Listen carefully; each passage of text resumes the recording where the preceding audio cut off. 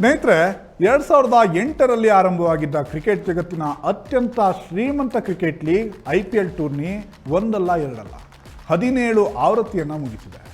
17ನೇ ಆವೃತ್ತಿ ಮುಗಿದರೂ ಕೂಡ RCB ಮಾತ್ರ ಇದುವರೆಗೂ ಒಮ್ಮೆಯೂ ಟ್ರೋಫಿ ಗೆದ್ದಿಲ್ಲ. ಟ್ರೋಫಿ ಗೆದ್ದಿಲ್ಲ ಅಂದರೂ RCB ತಂಡಕ್ಕೆ ಅಭಿಮಾನಿಗಳ ಕ್ರೇಜ್ ಮಾತ್ರ ಕಡಿಮೆಯಾಗಿಲ್ಲ.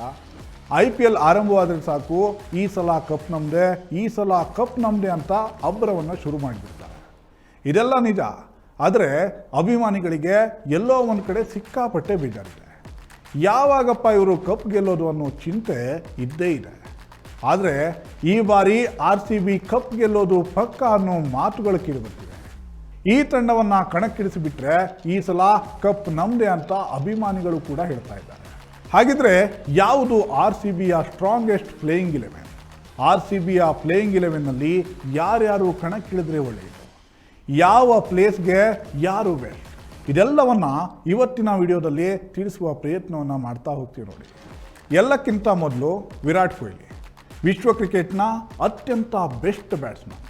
ಕಿಂಗ್ ಕೊಹ್ಲಿ ಅಂತ ಕರಿತೀವಿ, ರನ್ ಮಷಿನ್ ಅಂತ ಹೇಳ್ತೀವಿ, ಚೇಸಿಂಗ್ ಮಾಸ್ಟರ್ ಅಂತ ಕೂಡ ಅವರಿಗೆ ಬಿರುದಿದೆ. IPLನಲ್ಲಿ ಅತಿ ಹೆಚ್ಚು ರನ್ ಗಳಿಸಿದವರ ಪಟ್ಟಿಯಲ್ಲಿ ಕೊಹ್ಲಿ ಮೊದಲ ಸ್ಥಾನದಲ್ಲಿ ನಿಲ್ತಾರೆ. ಬರೋಬ್ಬರಿ 8,006 ರನ್ನನ್ನು IPLನಲ್ಲಿ ಗಳಿಸಿದ್ದಾರೆ. ಕಳೆದ ಆವೃತ್ತಿಯಲ್ಲೂ ಕೂಡ ವಿರಾಟ್ ಕೊಹ್ಲಿ ಅವರು ಓಪನರ್ ಆಗಿ ಕಣಕ್ಕಿಳಿದಿದ್ರು. ಹೀಗಾಗಿ ಈ ಬಾರಿಯೂ ವಿರಾಟ್ ಕೊಹ್ಲಿ RCB ಪರ ಓಪನಿಂಗ್ ಮಾಡಿದರೆ ತುಂಬ ಚೆನ್ನಾಗಿರುತ್ತೆ ಅನ್ನುವಂಥದ್ದು RCB ಅಭಿಮಾನಿಗಳ ಮಾತಾಗಿತ್ತು. ಇನ್ನು RCB ಈ ಬಾರಿ ಫಿಲ್ ಸಾಲ್ಟ್ಗೆ ಮಣೆ ಹಾಕಿದೆ. ಇಂಗ್ಲೆಂಡ್ನ ಸ್ಫೋಟಕ ಬ್ಯಾಟ್ಸ್ಮನ್ ಇವರು. RCB ವಿಲ್ ಜಾಕ್ಸನ್ ಅವರನ್ನು ತಂಡದಿಂದ ಕೈಬಿಟ್ಟು ಫಿಲ್ ಸಾಲ್ಟ್ ಅವರಿಗೆ ಮಣೆ ಹಾಕಿರುವಂಥದ್ದು. ಫಿಲ್ ಸಾಲ್ಟ್ ಅವರು ಸದ್ಯ ಅಂತಾರಾಷ್ಟ್ರೀಯ ಕ್ರಿಕೆಟ್ನಲ್ಲಿ ಮಿಂಚನ್ನು ಹರಿಸ್ತಾ ಇದ್ದಾರೆ. T20 ಫಾರ್ಮೆಟ್ಗೆ ಹೇಳಿ ಮಾಡಿಸಿದ ಆಟಗಾರ ಇವರು. RCBಗೆ ಇವರು ಬಲ ತುಂಬೋದು ಪಕ್ಕ ಅನ್ನುವಂಥ ನಿರೀಕ್ಷೆ ಇದೆ. ಇನ್ನು ಒನ್ ಡೌನ್ನಲ್ಲಿ ಹಾಗಿದ್ರೆ ಯಾರು ಕಣಕ್ಕಿಳಿತಾರೆ? ವಿರಾಟ್ ಕೊಹ್ಲಿ ಸಾಕಷ್ಟು ವರ್ಷಗಳಿಂದ RCB ಪರ ಒನ್ ಡೌನ್ನಲ್ಲಿ ಕಣಕ್ಕಿಳಿತಾನೆ ಬರ್ತಾ ಇದ್ರು. ಹೀಗಾಗಿ ಈ ಬಾರಿ ಒನ್ ಡೌನ್ನಲ್ಲಿ RCB ಪರ ಕಣಕ್ಕಿಳಿಯೋರು ಯಾರು ಅನ್ನುವಂಥ ಪ್ರಶ್ನೆ ಕೂಡ ಮೂಡ್ತಾ ಹೋಗುತ್ತೆ. RCB ರಜತ್ ಪಾಟಿದಾರ್ ಅವರನ್ನು ಒನ್ ಡೌನ್ನಲ್ಲಿ ಕಣಕ್ಕಿಳಿಸ್ಬೋದು ಅನ್ನುವಂಥ ಲೆಕ್ಕಾಚಾರಗಳು ಕೂಡ ಕಾಣಿಸ್ತಾ ಇರುವಂಥದ್ದು. RCBಯ ಭವಿಷ್ಯದ ನಾಯಕ ಅಂತಲೇ ರಜತ್ ಪಾಟಿದಾರ್ ಅವರು ಗುರುತಿಸ್ಕೊಂಡಿದ್ದಾರೆ. ಕಳೆದ ಕೆಲ ಆವೃತ್ತಿಗಳಲ್ಲಿ RCB ಪರವಾಗಿ ಅತ್ಯುತ್ತಮ ಪ್ರದರ್ಶನವನ್ನು ಕೂಡ ನೀಡ್ತಾ ಬರ್ತಾ ಇದ್ದಾರೆ.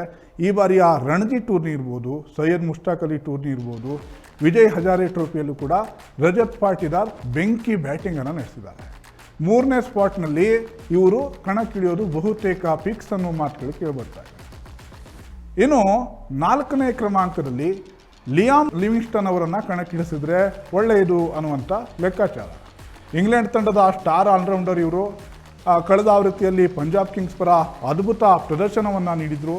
ಪಂಜಾಬ್ ತಂಡಕ್ಕೆ ಹಲವು ಬಾರಿ ಗೆಲುವಿನ ಕಾಣಿಕೆಯನ್ನು ಕೂಡ ಲಿಯಾಮ್ ಲಿವಿಂಗ್ಸ್ಟನ್ ಅವರು ಕೂಡ ನೀಡಿದರು. ಬ್ಯಾಟಿಂಗ್ ಇರ್ಬೋದು, ಬೌಲಿಂಗ್ ಇರ್ಬೋದು, ಎರಡರಲ್ಲಿಯೂ ಕೂಡ ತಂಡಕ್ಕೆ ಕಾಣಿಕೆಯನ್ನು ನೀಡಬಹುದಾದಂಥ ಆಟಗಾರ. ಹೀಗಾಗಿ ಇವರನ್ನು 4ನೇ ಅಂದರೆ ಕ್ರಮಾಂಕದಲ್ಲಿ ಕಣಕ್ಕಿಳಿಸಿದರೆ ತಂಡಕ್ಕೆ ಅನುಕೂಲ ಆಗುತ್ತೆ ಅನ್ನುವಂಥ ಲೆಕ್ಕಾಚಾರ. ಇನ್ನು ಟೀಮ್ ಡೇವಿಡ್ ಇವರು ಆಸ್ಟ್ರೇಲಿಯಾದ ಆಲ್ರೌಂಡರ್. ಕಳೆದ ಆವೃತ್ತಿಯಲ್ಲಿ ಮುಂಬೈ ಇಂಡಿಯನ್ಸ್ ಪರ ಆಡ್ತಾ ಇದ್ರು. 2022ರ ಆವೃತ್ತಿಯಲ್ಲಿ ಟೀಮ್ ಡೇವಿಡ್ ಅದ್ಭುತ ಪ್ರದರ್ಶನವನ್ನು ನೀಡಿದರು. 2023ರಲ್ಲೂ ಕೂಡ ಒಳ್ಳೆಯ ಪ್ರದರ್ಶನವನ್ನು ನೀಡಿದರು. ಆದರೆ ಕಳೆದ ಆವೃತ್ತಿಯಲ್ಲಿ ಹೇಳಿಕೊಳ್ಳುವಂಥ ಪ್ರದರ್ಶನವನ್ನು ಟೀಮ್ ಡೇವಿಡ್ ನೀಡಿರಲಿಲ್ಲ. ಹೀಗಾಗಿ ಮುಂಬೈ ತಂಡ ಇವರನ್ನು ತಂಡದಿಂದ ಹೊರದಬ್ಬಿತ್ತು. RCB ಇವರನ್ನು ತನ್ನ ತಂಡಕ್ಕೆ ಸೇರಿಸ್ಕೊಂಡಿದೆ. ಆದರೆ ಇವರು ಯಾವುದೇ ಕ್ಷಣದಲ್ಲೂ ಕೂಡ ಮಿಂಚ್ಬೋದು, ಯಾವುದೇ ಕ್ಷಣದಲ್ಲೂ ಕೂಡ ಸ್ಫೋಟಿಸ್ಬೋದು. ಹೀಗಾಗಿ ಟೀಮ್ ಡೇವಿಡ್ ಏನಿದ್ದಾರೆ RCBಗೆ ಒಂದು ರೀತಿಯಾಗಿ ಶಕ್ತಿ ತುಂಬಬಹುದು. ಅವರ ಬ್ಯಾಟಿಂಗ್ ಇರ್ಬೋದು, ಬೌಲಿಂಗನ್ನು ಕೂಡ ಮಾಡ್ತಾರೆ. ಹೀಗಾಗಿ ಅವರನ್ನು ತಂಡದಲ್ಲಿ ಇಟ್ಕೊಂಡ್ರೆ ಪ್ಲಸ್ ಆಗುತ್ತೆ ಅನ್ನುವಂಥ ಮಾತುಗಳು ಕೂಡ ಕೇಳಿ ಬರ್ತಾ ಇದೆ. ಇನ್ನು ಜಿತೇಶ್ ಶರ್ಮಾ ಭಾರತದ ಭವಿಷ್ಯದ ಸ್ಟಾರ್ ಅಂತಲೇ ಗುರುತಿಸ್ಕೊಂಡಿದ್ದಾರೆ. ವಿಕೆಟ್ ಕೀಪರ್ ಬ್ಯಾಟ್ಸ್ಮನ್ ಇವರು. ಈಗ ಸದ್ಯ RCB ತಂಡದಲ್ಲಿ ದಿನೇಶ್ ಕಾರ್ತಿಕ್ ಇಲ್ಲ. ಹೀಗಾಗಿ ವಿಕೆಟ್ ಕೀಪರ್ ಸ್ಥಾನವನ್ನು ಯಾರು ತುಂಬೋದು? ರಜತ್ ಪಾಟಿದಾರ್ ಅವರು ಕೂಡ ವಿಕೆಟ್ ಕೀಪಿಂಗನ್ನು ಮಾಡ್ತಾರೆ. ಆದರೆ ಒಂದು ಫುಲ್ ಟೈಮ್ ವಿಕೆಟ್ ಕೀಪರ್ ತಂಡಕ್ಕೆ ಬೇಕು ಅನ್ನುವಂಥ ಒಂದು ಮಾತುಗಳಿದ್ವು. ಹೀಗಾಗಿ ಜಿತೇಶ್ ಶರ್ಮಾ ಅವರನ್ನು ತಂಡದಲ್ಲಿ ಸೇರಿಸ್ಕೊಂಡ್ರೆ, ಅದು ಕೂಡ ಪ್ಲೇಯಿಂಗ್ 11ನಲ್ಲಿ ಅವರನ್ನು ಇಟ್ಕೊಂಡ್ರೆ RCBಗೆ ಪ್ಲಸ್ ಆಗುತ್ತೆ ಅನ್ನುವಂಥ ಒಂದು ಲೆಕ್ಕಾಚಾರ ಇದೆ. ಇನ್ನು ಕೃಣಾಲ್ ಪಾಂಡ್ಯ ಆಲ್ರೌಂಡರ್ ಅನ್ನುವಂಥ ಒಂದು ಪದಕ್ಕೆ ಅರ್ಥವನ್ನು ಕಲ್ಪಿಸುವಂಥ ಒಂದು ಆಟಗಾರ. ಹಾರ್ದಿಕ್ ಪಾಂಡ್ಯ ಅವರ ಸಹೋದರ. ಕಳೆದ ಸಾಕಷ್ಟು ಒಂದು ಆವೃತ್ತಿಗಳಲ್ಲಿ ಮುಂಬೈ ಇಂಡಿಯನ್ಸ್ ತಂಡದ ಪರ ಕೂಡ ಆಡ್ತಾ ಇದ್ರು. ಕಳೆದ ಒಂದು 2-3 ಆವೃತ್ತಿಗಳಲ್ಲಿ ಲಕ್ನೋ ಸೂಪರ್ ಜೈಂಟ್ಸ್ ಪರ ಈ ಕೃಣಾಲ್ ಪಾಂಡ್ಯ ಅವರು ಆಡ್ತಾ ಇದ್ರು. ಇವರ IPLನ ರೆಕಾರ್ಡ್ಗಳ ಬಗ್ಗೆ ಹಲವರಿಗೆ ಗೊತ್ತಿರುತ್ತೆ. ಇವರು ಮುಂಬೈ ಇಂಡಿಯನ್ಸ್ ತಂಡದಲ್ಲಿ ಆಡುವಂಥ ಸಂದರ್ಭದಲ್ಲಿ ಇರ್ಬೋದು ಅಥವಾ ಕಳೆದ ಕೆಲ ಆವೃತ್ತಿಗಳಲ್ಲಿ ಏನು LSG ಪರ ಆಡ್ತಾ ಇದ್ರು, ಅಲ್ಲಿಯೂ ಕೂಡ ಅತ್ಯದ್ಭುತ ಪ್ರದರ್ಶನವನ್ನು ಇವ್ರು ನೀಡಿದ್ದಾರೆ. ಹೀಗಾಗಿ RCBಗೆ ಏನು ಒಬ್ಬ ಸ್ಟಾರ್ ಆಲ್ರೌಂಡರ್ ಏನು ಬೇಕಾಗಿತ್ತಲ್ಲ, ಆ ಕೊರತೆ ಇತ್ತಲ್ಲ, ಅದನ್ನು ನೀಗಿಸಬಲ್ಲ ಆಟಗಾರ ಈ ಕೃಣಾಲ್ ಪಾಂಡ್ಯ ಆಗ್ತಾರೆ. ಇವರನ್ನು ಪ್ಲೇಯಿಂಗ್ 11ನಲ್ಲಿ ನಾವು ಇಟ್ಕೊಳ್ಳೇಬೇಕು ಅನ್ನುವಂಥ ಮಾತುಗಳು ಕೂಡ ಕೇಳಿ ಬರ್ತಾ ಇರುವಂಥದ್ದು. ಇನ್ನು ಮತ್ತೊಬ್ಬ ಆಟಗಾರ ಪ್ಲೇಯಿಂಗ್ 11ನಲ್ಲಿ ಇರಲೇಬೇಕಾಗಿರುವಂಥ ಆಟಗಾರ ಯಾರು ಅಂದರೆ ಅದು ಭುವನೇಶ್ವರ್ ಕುಮಾರ್. ಇವರು ಅನುಭವಿ ಆಲ್ರೌಂಡರ್ ಆಗಿದ್ದಾರೆ. ತಂಡವನ್ನು ಮುನ್ನಡೆಸಬಲ್ಲ ಸಾಮರ್ಥ್ಯ ಇರುವಂಥ ಆಟಗಾರ. RCB ತಂಡಕ್ಕೆ ಅನುಭವಿ ವೇಗಿಯ ಕೊರತೆ ಇತ್ತು. ಯಾವಾಗಲೂ ಕೂಡ ಬ್ಯಾಟಿಂಗ್ ವಿಭಾಗ RCBಯಲ್ಲಿ ಸ್ಟ್ರಾಂಗ್ ಆಗಿರುತ್ತೆ, ಆದರೆ ಬೌಲಿಂಗ್ ವಿಭಾಗವನ್ನು ನೋಡ್ತಾ ಹೋದರೆ ಅಲ್ಲಿ ಅನುಭವಿಗಳ ಕೊರತೆ ಇರುತ್ತೆ. ವೇಗದ ಬೌಲಿಂಗ್ ವಿಭಾಗವನ್ನು ಮುನ್ನಡೆಸುವಂಥ ಒಬ್ಬ ಅನುಭವಿ ಬೇಕಾಗಿರುತ್ತೆ. ಈ ಒಂದು ಆಟಗಾರನ ಕೊರತೆ ಇತ್ತಲ್ಲ, ಅದನ್ನು ತುಂಬುವುದಕ್ಕೆ ಭುವನೇಶ್ವರ್ ಕುಮಾರ್ ಅವರು ಹೆಲ್ಪ್ ಆಗ್ತಾರೆ. ಜೊತೆಗೆ ತಂಡವನ್ನು ಕೂಡ ಮುನ್ನಡೆಸಬಲ್ಲ ಸಾಮರ್ಥ್ಯ ಭುವನೇಶ್ವರ್ ಕುಮಾರ್ ಅವರಿಗಿದೆ. ಸಾಕಷ್ಟು ಬಾರಿ ಸನ್ರೈಸರ್ಸ್ ಹೈದರಾಬಾದ್ ತಂಡವನ್ನು ಅವರು ಮುನ್ನಡೆಸಿದ್ದಾರೆ. ಹೀಗಾಗಿ RCB ಭುವಿಯನ್ನು ಆಡಿಸಲೇಬೇಕು ಅನ್ನುವಂಥ ಮಾತು. ಇನ್ನು ಮತ್ತೊಬ್ಬ ಸ್ಟಾರ್ ವೇಗಿ ಜೋಶ್ ಹೇಜಲ್ವುಡ್. ಇವರು ಆಸ್ಟ್ರೇಲಿಯಾದ ಸ್ಟಾರ್ ವೇಗಿ. RCB ಪರ ಕೂಡ ಕಣಕ್ಕಿಳಿದಿರುವಂಥ ಅನುಭವ ಇದೆ. ಅಂತಾರಾಷ್ಟ್ರೀಯ ಮಟ್ಟದಲ್ಲಿ ಖ್ಯಾತಿ ಇರುವಂಥ ಹೇಜಲ್ವುಡ್ ಅವರು RCBಗೆ ದೊಡ್ಡ ಶಕ್ತಿ ಆಗಲಿದ್ದಾರೆ ಅನ್ನುವಂಥ ನಿರೀಕ್ಷೆ. ಯಾಕಂದರೆ ಈಗ ಸದ್ಯ ಕೂಡ ಅವರು ಆಸ್ಟ್ರೇಲಿಯಾ ಪರ ಸಾಕಷ್ಟು ಒಳ್ಳೆಯ ಪ್ರದರ್ಶನವನ್ನು ನೀಡ್ತಾ ಇದ್ದಾರೆ.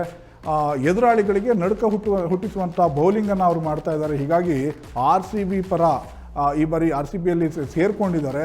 ಪ್ಲೇಯಿಂಗ್ 11ನಲ್ಲೂ ಕೂಡ ಅವರನ್ನು ತೆಗೆದುಕೊಂಡ್ರೆ RCBಗೆ ದೊಡ್ಡ ಶಕ್ತಿ ಆಗ್ತಾರೆ, ಎದುರಾಳಿಗಳನ್ನು ನಡೆಸಬಹುದು ಅನ್ನುವಂಥ ಒಂದು ನಿರೀಕ್ಷೆ ಇರುವಂಥದ್ದು. ಇನ್ನು ರಸಿಕ್ ಸಲಾಮ್ ಎನ್ನುವಂಥ ಒಬ್ಬ ಯುವ ಆಟಗಾರ. ಇವರು ಜಮ್ಮು ಕಾಶ್ಮೀರ ಮೂಲದ ವೇಗಿ. ಇವರ ಮೇಲೆ ಕೂಡ ಬಹಳ ನಿರೀಕ್ಷೆ ಇರುವಂಥದ್ದು. ಇವರು ದೇಶೀಯ ಕ್ರಿಕೆಟ್ನಲ್ಲಿ ಸಾಕಷ್ಟು ಒಳ್ಳೊಳ್ಳೆಯ ಪ್ರದರ್ಶನವನ್ನು ನೀಡಿದ್ದಾರೆ.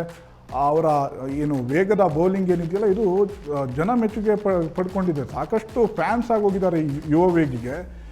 ಹೀಗಾಗಿ RCB ಕೂಡ ಈ ಬಾರಿಯ ಒಂದು ಆಕ್ಷನ್ನಲ್ಲಿ ಅವರನ್ನು ತಂಡಕ್ಕೆ ಸೇರಿಸಿಕೊಳ್ಳುವಂಥ ಕೆಲಸವನ್ನು ಮಾಡಿತ್ತು.